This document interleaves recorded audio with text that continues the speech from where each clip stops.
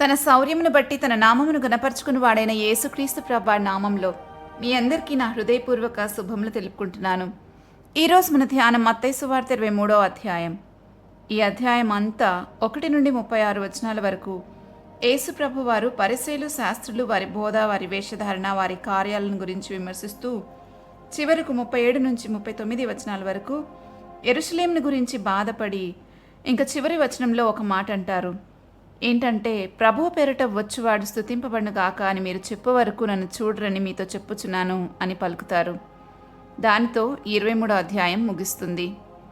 అయితే మొదటి 4 వచనాలను ఒకసారి గమనిస్తే అక్కడ రాయబడింది, అప్పుడు యేసు జనసమూహములతోనూ తన శిష్యులతోనిట్లనెను, శాస్త్రులను పరిసయ్యులను మోషే పీఠమందు కూర్చుండువారు గనుక వారు మీతో చెప్పు వాటినన్నిటినీ అనుసరించి గాయకునుడి, అయినను వారి క్రియల చొప్పున చేయకుడి. వారు చెప్పుదురే గాని చేయరు. మోయసఖ్యము కాని భారమైన బరువులు కట్టి మనుషుల భుజముల మీద పెట్టుదురే కాని తమ వ్రేలుతోనైనా వాటిని కదిలింపనొల్లరు. ఈ వాక్యం చదివినప్పుడు కూడా ఈ రోజుల్లో ఇలాంటి ఎందరినో సేవకుల్ని మనం చూస్తున్నాం అనిపిస్తుంది. వారు చెప్తారు కానీ చేయరు. ఇతరుల మీద ఏమో చాలా మొయలేని భారాన్ని మోపుతారు. అలా మోపి వారు చేయలేనప్పుడు వారిని దోషులుగా తీర్పు తీరుస్తారు. కానీ ఆ సేవకులు మాత్రం అలా బ్రతకరు. దేవుని పిలుపొందుకుని వచ్చిన తర్వాత లోకంతో కలిసిపోయి సరైన ఫలము లేని సేవకుల్ని చూసినప్పుడు విశ్వాసులు అనుకుంటూ ఉంటారు, ఈ సేవకుని జీవితం చూస్తే ఇలా ఉంది, ఆయన చెప్పేది మేము ఎట్లా వినాలి అని. ఇలా ఆలోచిస్తున్న విశ్వాసులందరికీ యేసుప్రభు ఇస్తున్న సమాధానం ఏంటంటే, వారు మీతో చెప్పిన వాటిని అనుసరించి నడుచుకోండి కానీ వారి క్రియల చొప్పున మాత్రం చెయ్యొద్దు అని. వారు చెప్తారు కానీ చెయ్యరు. కాబట్టి దేవుని పిలుపును గౌరవిస్తూ నిజంగా దేవుని చేత పిలువబడిన వారి వాక్యం మనం వినొచ్చు, అది సత్యవాక్యం అయితే. ఒకవేళ వారి క్రియలు దేవునికి అనుకూలంగా లేకపోతే వారి క్రియల గురించి వారే రేపు లెక్కప్పు చెప్పుకోవాల్సిన అవసరం ఉంది. వారి క్రియల చొప్పున అయితే మనం చేయకూడదు. కొందరు తప్పుడు బోధలు చేస్తారు, వాటిని మాత్రం ఖచ్చితంగా గుర్తించాలి. అలాంటి వాటికి మనం చెవినీయకూడదని వాక్యం సెలవిస్తూ ఉంది. అలాంటి వాటిని మనం వినకూడదని వాక్యం సెలవిస్తూ ఉంది. ఇంకా 5 నుండి 12 వచనాల్లో ప్రభు అంటున్నారు, మిమ్మల్ని మీరు హెచ్చించుకోవద్దు అని. ఒకరిని హెచ్చించే పని దేవునిదే. ఎవరికి వారు హెచ్చించుకుంటే తగ్గించబడతారని వాక్యం చాలా స్పష్టంగా తెలియచేయబడింది. పరిసయ్యులు గొప్పవారు అనిపించుకోవాలని ఈ విధంగా వారి డ్రెస్సింగ్ స్టైల్ అందరికంటే వేరుగా చేసుకుని విందులలో, సమాజ మందిరాలలో అగ్రపీఠాలు కోరుకొని మనుషుల చేత బోధకులను పిలువబడడానికి ఎంతో కోరుకున్నారు. అయితే ప్రభు అంటున్నారు, ఎవ్వరూ బోధకులని కానీ, తండ్రి అని కానీ, గురువు అని కానీ పిలువబడద్దు అని. ఎందుకంటే దేవుడొక్కడే తండ్రి, ఆయనే మన బోధకుడు, క్రీస్తు ఒక్కడే మన గురువు అన్నారు. ఈ హెచ్చరికలన్నీ అయిపోయాక ఇంకా 13 నుండి 36 వచనాల వరకు శాస్త్రులు, పరిసయ్యులు చేసిన తప్పులన్నీ ప్రభు ఎత్తి చెప్తూ ఉన్నారు. వాటిని ఒకసారి చూద్దామా? వారు చేసే పనుల్లో 1 మనుషుల ఎదుట పరలోక రాజ్యాన్ని మూసివేయడం, 2 మనుషులను నరకపాత్రులుగా చేయడం, 3 వారు అవివేకులు, ఆత్మీయమైన అంధత్వం కలిగిన వారైనప్పటికీ మార్గదర్శకులుగా చలామణి అవడం, 4 దశమ భాగాలు చెల్లించేవారే కానీ న్యాయము, కనికరము, విశ్వాసము లేనివారు అని ప్రభు చెప్తున్నారు. 5 దోమ లేకుండా వడగట్టి ఒంటెలను మింగేవారు అని అంటున్నారు. 6 బయటకు మాత్రమే శుద్ధి చేసి లోపల శుద్ధి చేసుకుని వారు. 7 లోపల వారు వేషధారణతోనూ అక్రమముతోనూ నిండి ఉన్నవారు.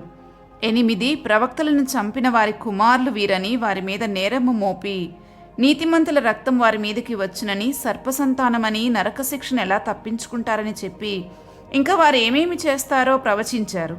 ఈ తరము వారి మీదకి ఇవన్నీ వస్తాయని కూడా చెప్పారు. ఇప్పుడు మనం వీటిలో ఏమైనా మనలో ఉన్నాయేమో చూసుకోవాలి. మనుషుల ఎదుట పరలోక రాజ్యాన్ని మూసివేయడం అంటే మన ప్రవర్తనను చూసి ఎవరైనా దేవునికి దూరంగా వెళ్ళిపోతూ ఉంటే వారి ఎదుట మనం పరలోక రాజ్యాన్ని మూసివేసినట్లే. మనల్ని చూసి ఎవరైనా దేవుని దగ్గరికి రాగలుగుతున్నారా? ఒకవేళ రాలేకపోతే మనం కూడా పరిసయ్యులు, శాస్త్రుల్లాగానే ఉన్నామని అర్థం. వారు ఆత్మీయంగా అంధత్వంలో ఉన్నప్పటికీ మార్గదర్శకులుగా చలామణి అవడం వారికి ఎంతో ఇష్టం. మనం కూడా చాలాసార్లు తెలియకపోయినా అన్నీ తెలుసన్నట్లుగా చలామణి అయి మనుషులను తప్పుదోవ పట్టించడంలో చాలామంది ఆరితేరిన వారమై ఉంటాం.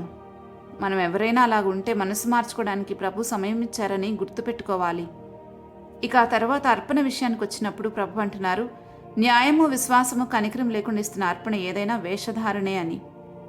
యేసుప్రభు వారు ఇక్కడ చెప్పిన ఒక మాటను మనం గుర్తుపెట్టుకోవాలి. ఆయన దశమ భాగాన్ని ఇవ్వద్దు అని చెప్పలేదు, అది మానొద్దు అని చెప్పారు. అవి మానక వీటిని కలిగి ఉండమని చెప్పారు, న్యాయాన్ని, విశ్వాసాన్ని, కనికరాన్ని. దీన్నే పౌలు ఇంకొంచెం వివరిస్తూ ఉత్సాహంగా పూర్ణ ఔదార్యంతో ఇవ్వాలని కొరింథీయులకు రాసిన 2వ పత్రిక 9వ అధ్యాయంలో రాశాడు. ఇంకా తర్వాత చూస్తే బయట కాదు లోపలే శుద్ధి చేయబడాలని ప్రభు కోరుకుంటున్నారు. ఎందుకంటే మత్తయి సువార్త 15వ అధ్యాయం 18వ వచనంలో ప్రభు అంటున్నారు, నోట నుండి బయటకు వచ్చినవి అంటే హృదయంలో నుండి వచ్చినవేవో అవే మనుషులను అపవిత్రపరుస్తాయి అని. వేషధారణ అంటే లోపలొకటి బయటకొకటి, యథార్థత లేనితనం, అక్రమం, ఇవన్నీ దేవునికి అస్సలు ఇష్టం లేదని వాక్యం చెప్తూ ఉంది.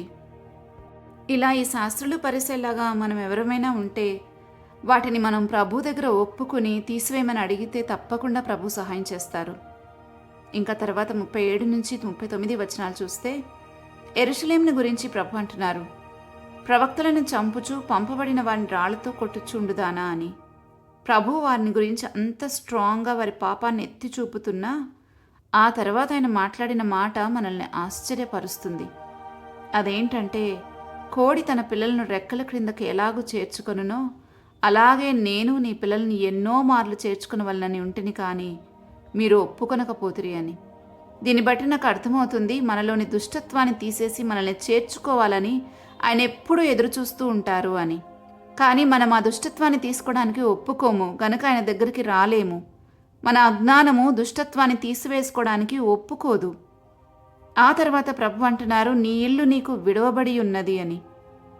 ఇలా ఎవరి ఇల్లు వారికి విడవబడితే ఏమవుతుందో తెలుసా?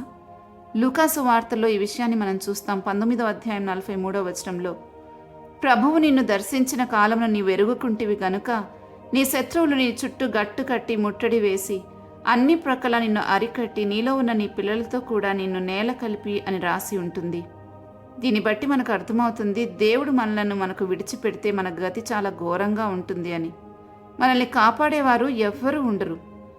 యెహోవా కావలి కాయని ఎడల కావలి కాయువాని కావలి వ్యర్థమేనని వాక్యం సెలవిస్తూ ఉంది. కనుక వాక్యం మన దగ్గరికి వచ్చినప్పుడే మనం దాని క్రిందకు వెళ్తే కాపాడబడతాము.